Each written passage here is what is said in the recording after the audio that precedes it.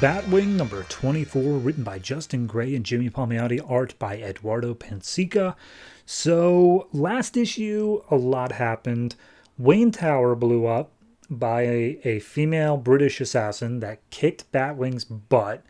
And then also his girlfriend kind of dumped him, and his family wants nothing to do with him because their house got invaded. Anyway, we open up on the whole butt kicking thing. And Batwing is currently falling off of a building. His suit is non-functioning.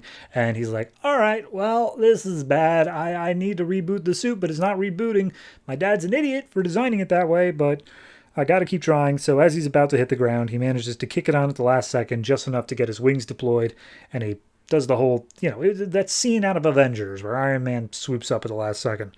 And so he manages to get his way on top of a building, just barely gets over top, and then tumbles his way farther until he tumbles so hard the other side that he crashes into a window where a bunch of women are having, as far as I can tell, like a bachelorette party. And everyone scatters, and he's like, oh, sorry, ladies, I swear I'm not going to hurt anyone. I just crashed in. And this one woman, like, freaks out, pushes him out the window again, and he falls into a dumpster. So we see the assassin lady is like, hey, guy who hired me. Good news, tower blew up. Bad news, I didn't get to kill Batwing. He survived, and there's too many witnesses for me to jump in. And he's like, that sucks. I really hate that Batwing. So she offers, like, yeah, I can stay in town a few days and go back after him. And he gives the option of, like, look, if you don't get him, you keep the expenses. If you do get him, then, like, I'll pay you a week regardless, and it'll just come out of the bounty. And she's like, all right, sounds good. So Batwing crawls out of the dumpster, takes off his costume, or at least his mask, and he's like, all right, well, good news, I'm alive. Bad news, all of my clothes are now across town. And he looks through the dumpster and he finds like a cart that's used by a homeless man. And he's like, well, I'm going to have to borrow some clothes. So he starts putting on these horrific smelling ratty old clothes. The homeless guy comes out and be like, hey, you're stealing from me. And he's like, I kept my wallet with my suit. So here you go. Here's some money. Go pop some tags or whatever. So homeless guy lets him take some clothes and then he hails a cab. When he gets back home, he smells like trash, and the cab driver tells him so, but Xena is sitting outside of his house, and she's like, I was calling you all night, Luke. Where were you? And he's like, oh, wait, hold on, you just broke up with me. Why are you here crying on my doorstep? And it turns out, when she got home last night, Xena's father suffered a heart attack, and he is dead. And Luke's like, oh, geez, yeah, no, I get it. Come on inside. Like, you can stay here for a while. So he brings her up and he says, you can crash wherever, or you can crash in the bedroom, I'll take the couch, but I really need to take a shower.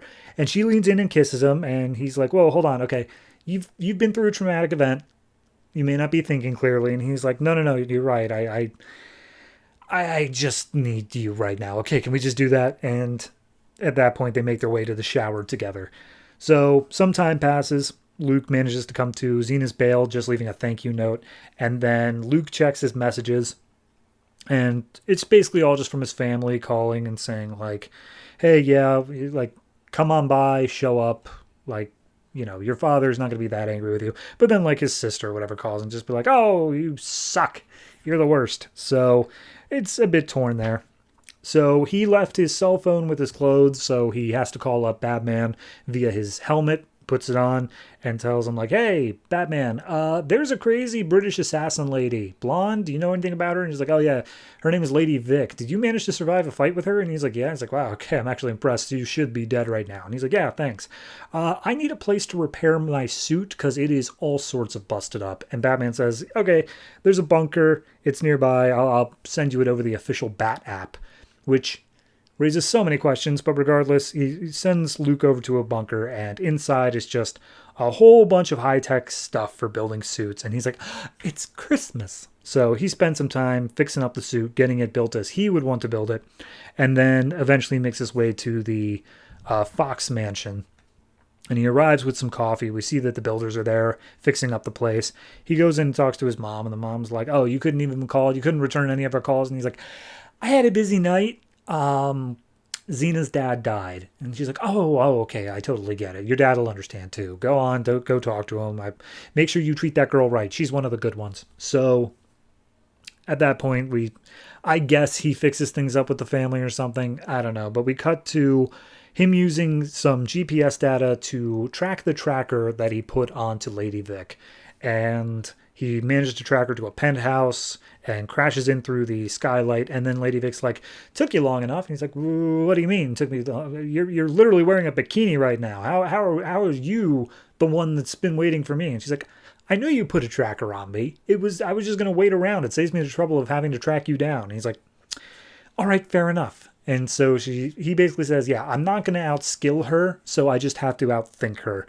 So he throws this ball at her, which scatters into a bunch of tiny little bat stickers, I guess, like drones or something. Hard to say, but they attach themselves to Lady Vic. Turns out it's laced with a fear toxin mixed with a truth serum.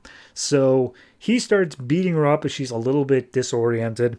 And she's like, oh, what do you do for a living? And she's like, I'm a professional assassin, you idiot. He's like, all right, well, who hired you to blow up Wayne Tower? It turns out it's a guy named Charlie Caligula.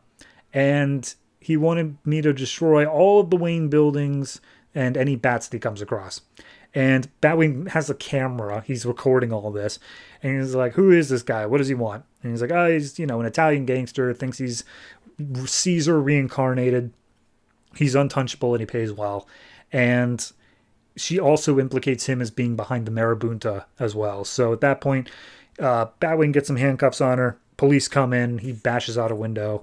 And it's like, hey, Batman, you know anything about Charlie Caligula? And it's like, yeah, no, actually I do. It was only a matter of time until he showed up again. He's a delusional criminal. He was behind the company that was in the diamond mine in the Congo. He's behind the Marabunta. Yeah, no, if you want him, he's in Rome. Get your ass over there. And Batwing's like, yeah, okay, I'll be there soon, but I've got something I need to take care of first. And Batman's like, seriously, what could be more important? Couldn't it wait? And he's like, no, I can't wait. And we see that it is the wake for Xena's father. He shows up, gives Xena a big hug and says, yes, you're not alone. I'm here for you. I'm so sorry for your loss. And that's how the issue ends. Except for a little tease for Batwing 0 Year, which I don't know if that's going to be an arc or if that's just going to be like a single issue thing, because once we hit issue 25, everybody has like a Batman 0 Year tie-in. So maybe it's that. I don't know. Regardless, it's good. It's fine. I like the way it's kind of threading all this different stuff together and playing it realistically. Like, we have Xena coming back, and yeah, it's a bit weird that her father died that night, but like, I like how it was just her father died. It wasn't like, oh, my father was caught up in this explosion with this supervillain that only found me because you're Batwing. It's like, no, just a heart attack. It happens. It's awful, but it just happens, and I like that. Same sort of thing with when he gets back to the parents' place. Sure, he didn't say that he was Batwing, but he straight up said, like, no, Xena's dad died, and that's why I was late. Like, that's believable. That's fine. It's working, and it's something that nobody could hold against him. I just like how it's not basically a soap opera. It's more of a realistic look at this stuff. And then we throw in this weird Charlie Caligula thing, and I don't know where to go with that, but we'll see how the character evolves. So overall, I'd say this is like a solid 7. It's not a standout book. It's not like the greatest thing, but it's definitely an interesting look at basically a different version of Batman. There's nothing that's setting him in the Bat mythos. He's his own original character, so he's able to do whatever it is he feels like, and I like that clean slate aspect. So, 7.